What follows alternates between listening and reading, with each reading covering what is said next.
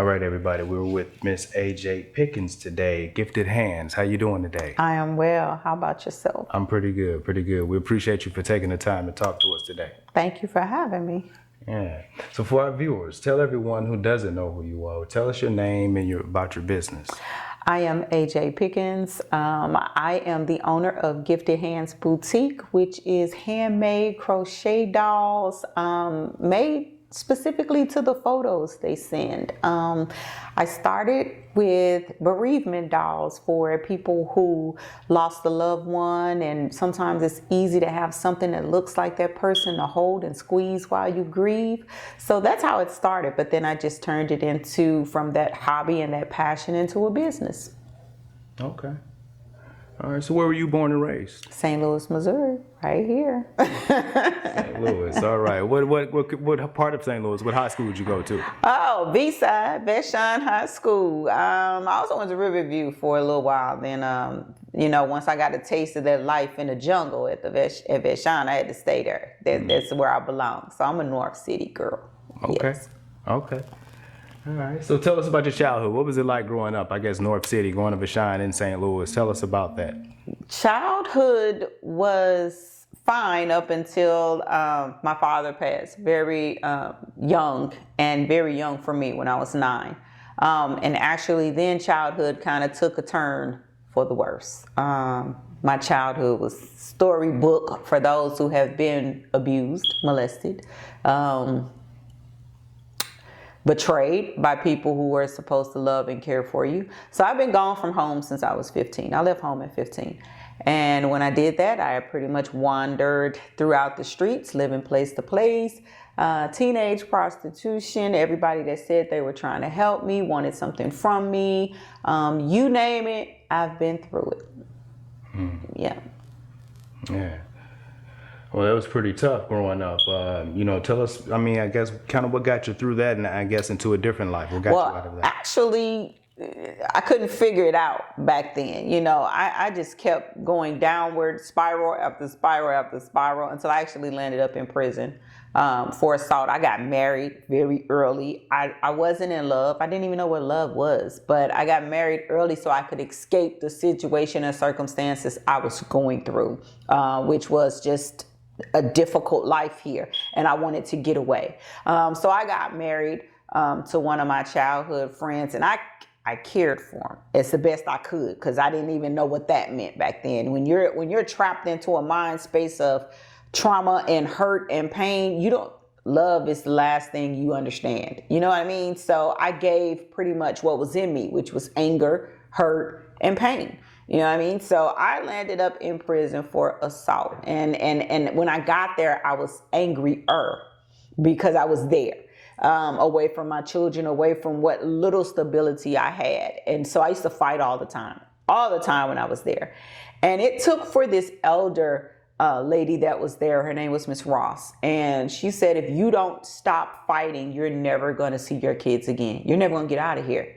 And it took her to place a crochet hook in my hand and say, you need an outlet. If you don't get an outlet, you're never going to go home. You got to get out. You got to get that anger out of you somehow. So she sat me down and she taught me how to crochet. And when I say she taught me how to crochet, most people pick up a pattern and they just duplicate what's in the pattern. I can look at you right now and turn you into a doll. She taught me how to crochet by sight. I can't read patterns. It looks like Chinese to me. She gave me something that made me focus. And I had to focus so hard that my energy was diverted from that way to this way. And don't get me wrong, that wasn't the only thing. I ended up with group therapy and counselors and people after people sitting behind desks trying to tell me how I should feel because of the things that had happened to me. It wasn't until I was able to listen to those ladies that were in the cells beside me, those ladies who had been through the same thing that I had, and I heard their stories, and I was like, dang, so it didn't just happen to me? Because when you're going through it, you think it only happens to you. You feel like you're alone. Nobody will understand it. Well, these ladies not only understood it, but they lived it. They got it. And so these are the ladies more than anybody that helped me overcome those childhood traumas, all the mistakes I had made, all the hurt I had, they helped me. It was some amazing ladies locked up with me. It really, and I keep in touch with them to this day. They are still, those are my friends, because I don't have anything, you don't have anything. I'm crying, you're crying. I miss my kids, you miss your, it's no way to fake in prison. We all struggling and we all going through this. Those were the real bonds I formed in life, and they are still those bonds that are there today. And so shout out to those ladies, because you know I love you guys to the moon. And so they gave me what I needed to help me persevere and push through the things that I had been through. So how long did it take you to pick up, to learn the crocheting? It was frustrating at first because it takes patience. That's why it's good. It takes patience. So every time I would think I had something done right, she'd pull it all down and say, do it again. And so, but that taught me, really it taught me how to focus and how to pay attention to detail. So when I make my dolls now and I make people always say, oh my God, the detail work of how you can capture New Edition and you can capture Jodeci and you can look at how you captured Bobby Brown. Those eyes look, because she taught me how to pay attention to detail. So it took me a couple months to get the basics of it down. And then a lot of it is just trial and error. You're going to keep perfecting it until I'm my own worst critic. You may look at something I do and say, oh my God, that is tough. I'm going to look at it and say, man, I should have did this different and I should have expanded a little bit more. I see all the flaws. And that's because part of that is the way, you know, coming up in the things that happen. And then part of it is wanting to be the best at what I do. So I'm my own worst critic. So I go over and over, and I don't put that product out until I can stand in front of it and say, man, you did that, girl? That looks good. Then I know it's ready to go. Okay. Yeah. All right. So you learned that craft in prison. You get out. What challenges did you face, I guess, trying to get into that business, starting it up on the outside? Well, challenges. I came home with nothing but those Reebok tennis shoes and that gray sweatshirt they give you to come home in. So when I came home, I had nothing, like literally nothing. So now you're faced with coming home and where am I going to lay my head? I got to report to the halfway house. But the biggest thing that I faced when I came home was, is this the day I'm going to make a mistake and have to go back? Because you have POs, and you know, anybody that's dealt with POs know it's the luck of the draw. You can get POs that are just determined to see you mess up. So you're walking around with this on your shoulder and you're saying, man, is this the day that I'm just going to make a mistake? That's the fear you live in coming home. Crocheting, I had to continue that because that's what relaxed me. Every day I would come in from trying to find a job. And let me say this, I've been so blessed from the moment I came home in 2004. I've never been unemployed. Never. From the moment I came home, I walked into the Popeyes and said, hey, I just came home. I'm in the halfway house. I have to find a job. If you give me a shot, I can do this. And the manager at Popeyes on Gravois at the time gave me a job. And I've never been unemployed since then. So I'm thankful for that. But when I would come home, I still had to go back to the halfway house. And I'm in this place where it makes me still feel isolated. Because if you think about it, I don't have the sisterhood that surrounded me in prison. I'm on my own now. And I'm scared. I'm scared that I'm going to make a mistake and go back there, or I'm going to get out here and somebody else is going to say they're going to help me, but they only want to use me up. And you know, when you get scared, you go back to what you know. And for a lot of us, that is unhealthy habits. So I would come back to the halfway house and I had to crochet to keep my mind focused. Just try to stay focused, try to stay focused. Once I got hip to social media, Facebook, and I would post what I made, well, then the business just started to happen naturally. People were like, oh man, can you make that for me? Can you make that for me? And once I made my first bereavement dog, people were like, oh wow. Well, I started with LeBron, Ezekiel Elliott, Kobe. I made them first because that's who I love in sports. So I made them first. And when I posted them, the people started coming.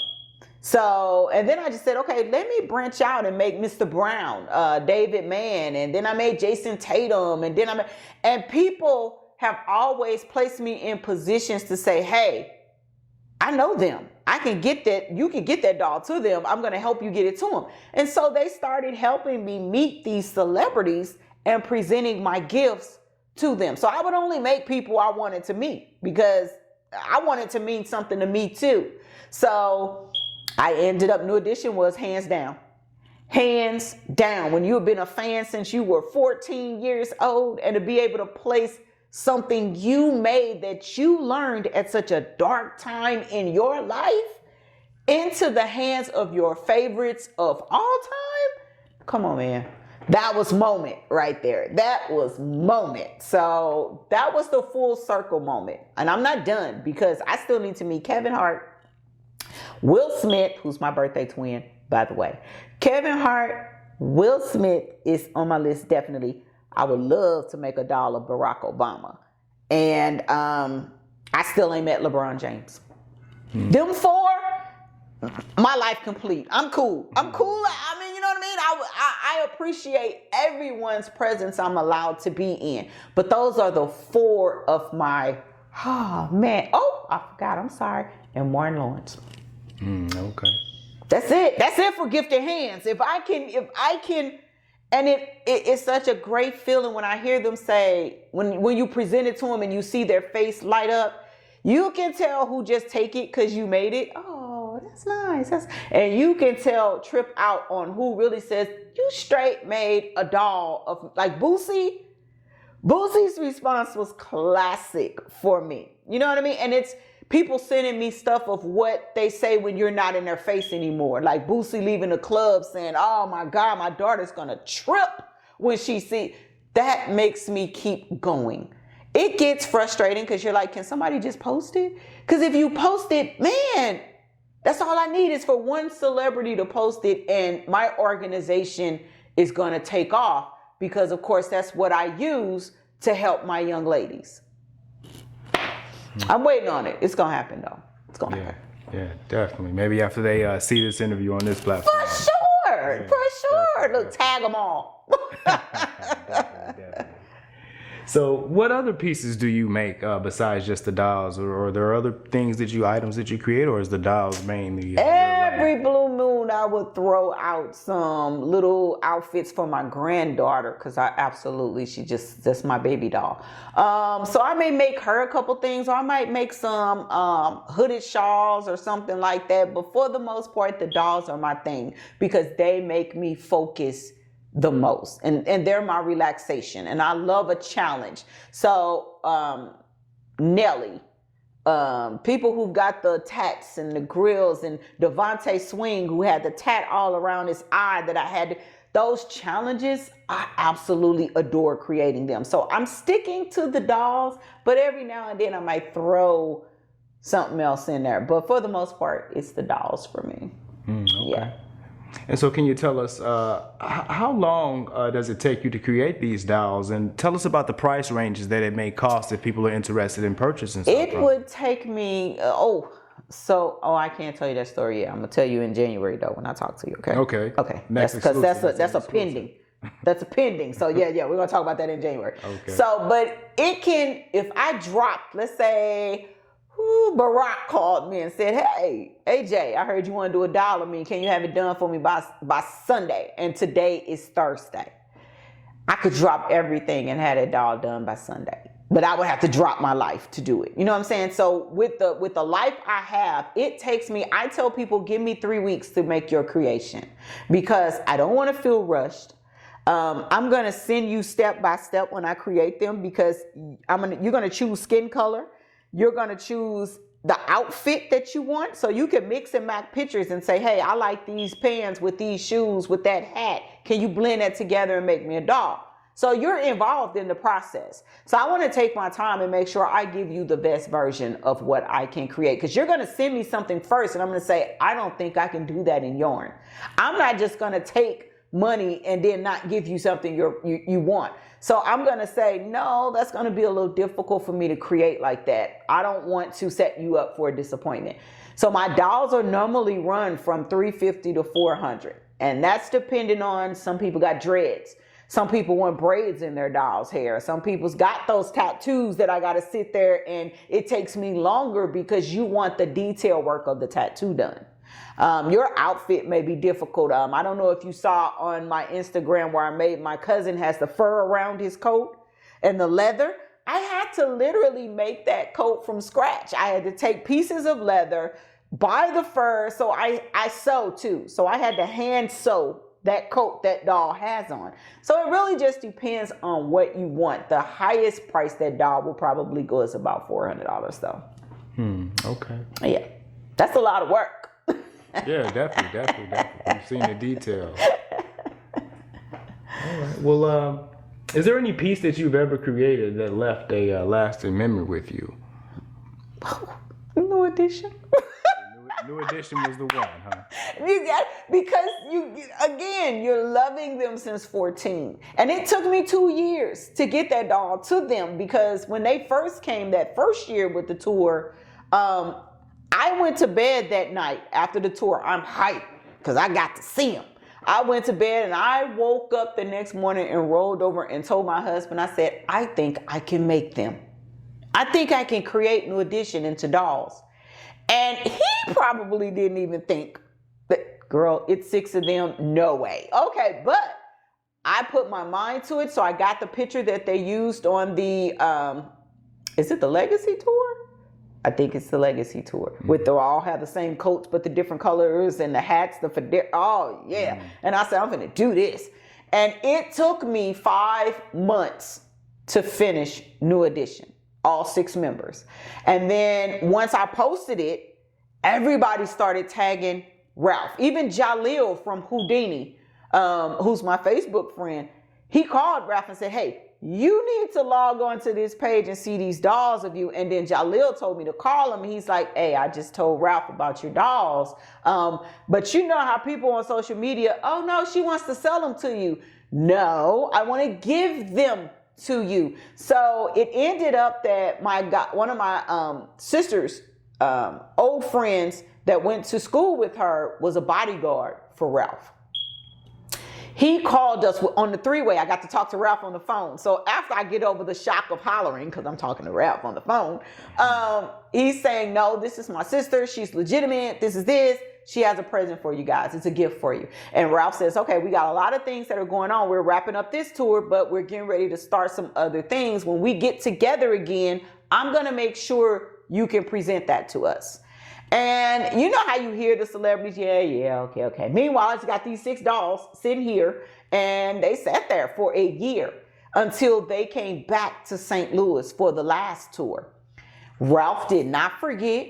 Ralph reached out and said, hey, we're going to be in St. Louis. I'll have Jeff, who's the manager, hook it up. They gave me backstage passes. They let me come back in the dressing room and hang out with the guys. I got to see them fight over clothes. Who looks better in this and this? It was amazing. And so the dolls were there. Mike, I G'd it. Ronnie recorded, video for his page and all of that. And it was like, this is so surreal. Like these, and Ralph said, hey, we finally got it done. And Ralph was like, no, she can't just give it to him. We got to take a picture with her in the middle. This has to be memorable for her as well. Oh, let me scoot out the way, y'all. And it's memorable. Do you hear me? This is that's my, oh my God moment. You know what I mean? And it's like, they never forgot. And now his whole family, like Ralph's family, we're all cool now. Like I can, the manager, and the same way with Jodeci, like I think they really appreciated the fact of where the gift came from, as far as this was something I learned at such a tough time. And just to be able to take that and give this is something special to me. And so and I don't know what they did with them when they left. They might be stuck up on a box with it. It doesn't matter. They gave me the moment of appreciation. They appreciated them when I put them in their hands. They really did. All of them, as far as I saw. That's everybody I've done. I thought I didn't have any moment where I was like, man, I met this celebrity and it was just so lame. No. So I'm going to keep on going. And I mean, again, if I can get to those 5, sorry, forgot pardon. It's over. Then that's I've done what I set out to do, which was be able to gift those people. And let me tell you, each one of those people brought me something in my life and they don't even know it. Jodeci was my wedding song. I love Casey and JoJo's voice. I love it. New Edition, really, your whole childhood, when I was going through all of those struggles and all of that, New Edition, Lost in Love, and just all of that stuff that you just tuned into music to make it better. These were the voices I was hearing. Martin kept me laughing the whole time I'm watching TV in prison. I get to find some joy and laughter. That's Martin. That's Will Smith. Fresh Prince of Bel-Air. I love them for a reason, and really it don't have anything to do with looks or celebrity status. They gave me something during the roughest times of my life that I held on to, and that's why I make them. Of course, LeBron is just my favorite athlete of all time on the planet. Never will be another that I will love like him. I need to get to him too. Well, we're pulling for you. When you get those last 5, we're going to come back and interview you and talk about that experience. Man. So, definitely. Well, tell us, we're not going to hold you too long, but just lastly, we want to hear a little bit about the foundation, the Community of Hope. Is that correct? Yes. Tell us a little bit about the foundation. So Community of Hope is a nonprofit that I started in 2020.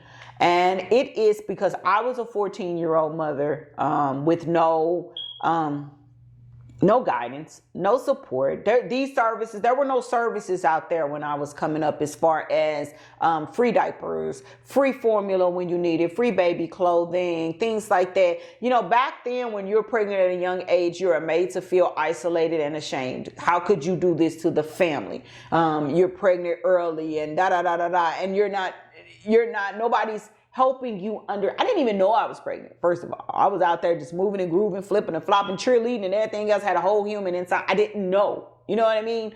I was just that detached from my body, from all the things that had happened. So my goal when I started this was to be that ear, to be that listening ear, to understand and help these girls understand that it doesn't matter how you became pregnant. We're here now. And then how do we give you and baby the best start possible? So this organization deals with mothers 11 all the way up into 24, where we give them free clothing, free diapers, free period supplies, free baby items, beds, car seats, cribs, everything we get that is donated in, we give right back out to our moms. So and nothing to them. We offer them case management. The case manager goes over, checks on them once a week, see what their needs are, make sure baby's doing okay, make sure mom is doing okay. And we go a step further, because if you're living at home with your parents and your parents are in an addiction crisis or they're in situations that can affect you and baby, well, our goal is to help them as well. So we also do like eviction relief, just things like that to help the parents so we can help our parents so we can help baby. So it's a chain reaction here. So this organization is built on the principle of you can't work here for me if you don't have a past. You just can't. You're never going to be able to meet someone where they are if you're too afraid or too ashamed to admit you've been there. The biggest thing we do to get these girls to understand is I'm going to tell you all of my dirt first. I'm going to tell you all of my mistakes, all of the things that I did. And I'm going to let you know that I'm not sitting here in a seat of judgment against you. I can't, because I've been there and done that too. But what I can do is say, I understand, and you know I understand. So now, just as those ladies did in prison with me, let me tell you how I got over. Let me tell you how I got through. Let me help you get through too. So if you don't have that past and you don't have that transparency to say, hey, I've been there. I let a man make a fool of me several times. I know you have a baby's father that's telling you to get out here and commit crime and do this and do that. Well, let me tell you how that's going to end up for you. And there is no feeling like having your children snatched out of your arms. Been there and done that. That is the most hurtful thing in the world for a mom. But it can happen if you keep going down this pathway. So we just need real people. Real people to step up in real ways to be able to make a difference in these girls' lives. And so that is what this organization sets out to do. Okay. Well, how does someone get in touch with you? We'll put your information in the description below, but how does someone reach out to you and get in touch if they need assistance or if they want dolls or things like that? I'm going to double this up. You can actually call us at Community of Hope 314 887-5941. And that's a double because you can also text us. And when you text us, you can also ask us about the dolls at Gifted Hands Boutique. It all rolls into one. So 314-887-5941. You can email us at communityofhopestl, all lowercase, all together, communityofhopestl@gmail.com. Find us on Facebook at Community of Hope. Find us on Instagram at Community of Hope and Gifted Hands Boutique. But Gifted Hands Boutique on Instagram is BOU2IQUE. That's the difference.